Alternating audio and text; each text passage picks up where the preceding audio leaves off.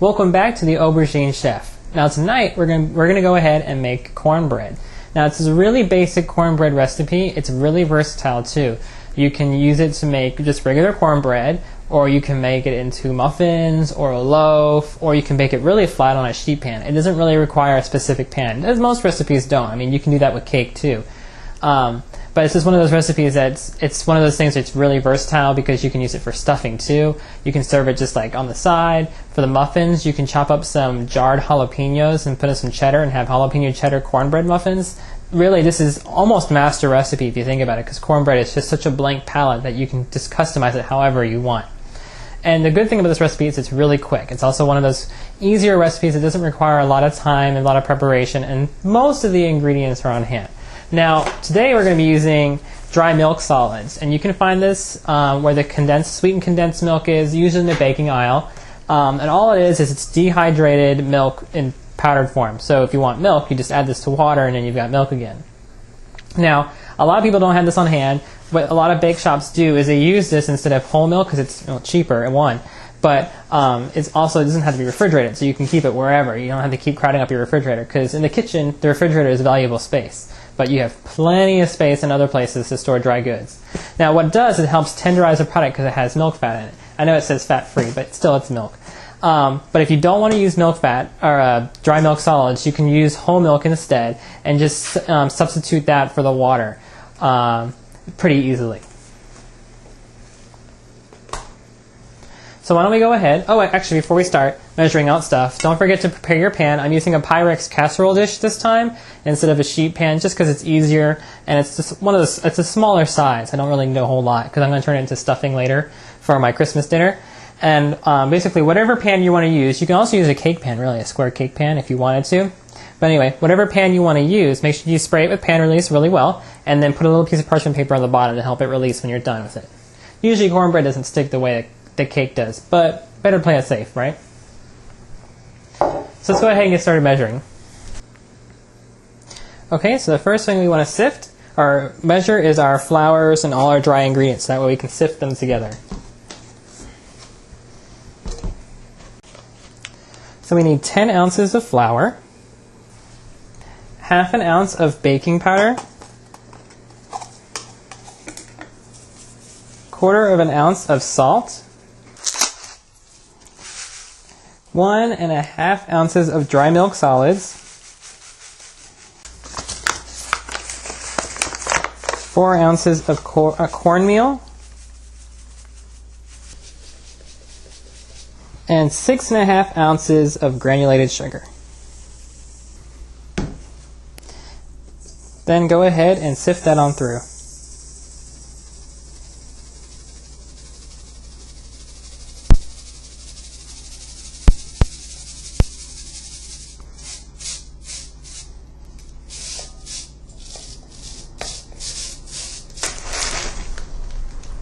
And what I'm going to do is, to make my cornbread even more, corny, I'm going to go ahead and add some frozen corn.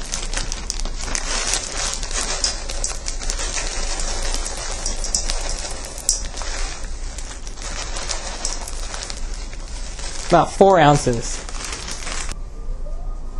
Okay, let's go ahead and bring this over to the mixer.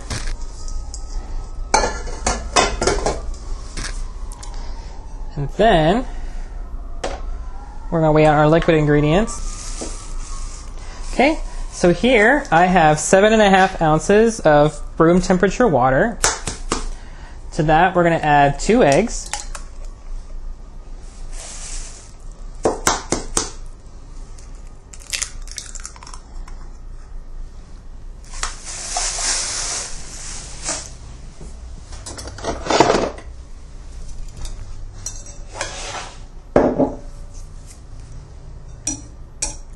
Okay, and we're just going to whisk this together to break up the eggs. I have also weighed out 3 ounces of just regular vegetable oil. So I'm going to go ahead and go over to the mixer. Okay, first thing we're going to do is we're going to go ahead and mix this on a very low speed until all of our ingredients are mixed up. These are our dry ingredients.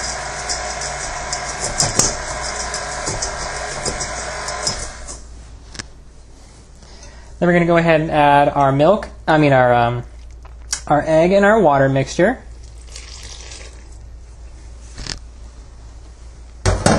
We're just going to mix that until it's just combined.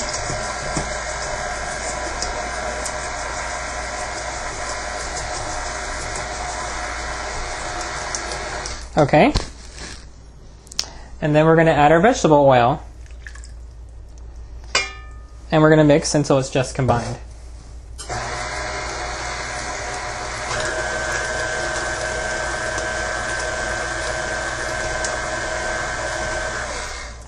Okay, and that's pretty much it. No intense mixing whatsoever. Okay, let's go ahead and pour our cornbread batter into our prepared pan.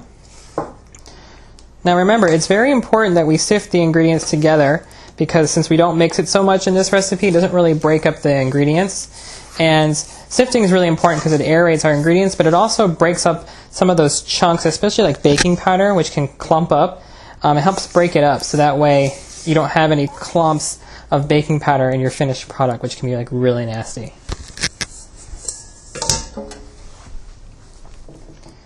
Go ahead and spread it even if you need to. And we're pretty much ready to bake. Just make sure that you're preheating your oven to 370 degrees. We're going to go ahead and put this in the oven. Remember, we like to bake on the middle rack. On the bottom, on the rack below that, it's an empty sheet pan to help balance out the temperature in the oven, so that way it doesn't burn on the bottom. We're going to bake this at 370 degrees for between 22 to 25 minutes. Okay, so our cornbread just came out of the oven. As you can see, it's dark around the edges. It's nice and poofy, a lot of volume in the middle. Don't forget that you can make cornbread muffins out of these, so you're going to expect the same kind of breaking in the center as well if you do make the muffins out of this batter. Now we're going to go ahead and let it cool off all the way, and then I'm actually going to cut it in half and freeze half of it, and probably use the other half to make stuffing. I might use all of it to see, depending on how much it looks like once I finish cutting it, whatever. But it makes quite a bit for such a small amount. And it was really easy to do too. Okay, so that's how to make cornbread. Now, if you're going to want to make stuffing out of it the same way that I am, I'm going to go ahead and just tell you how to do it. It's very, very simple. All you have to do is just cut it up into cubes or small pieces, or tear it up by hand, just like you would if you bought stuffing bread from the store. And then just mix it in with a little bit of milk, some seasonings like thyme or oregano, and some sauteed white onion. And just blend it all together, toss it in a big bowl, and then shape it into patties or whatever, and then bake it until it's toasted. And that's basically just how you make the stuffing. That's how I make my stuffing anyway.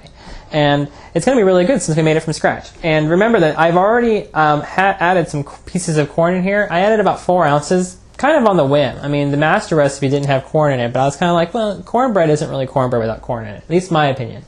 So feel free to leave that out if you don't want to have it in there, or feel free to add more. And make sure that if you do try this recipe, make sure you try and experiment with it. It shouldn't be just left alone in a very simple way. You really need to do something special with it, because it's such a flexible recipe. There's so much you can do with it. Really, the creativity is just waiting to happen.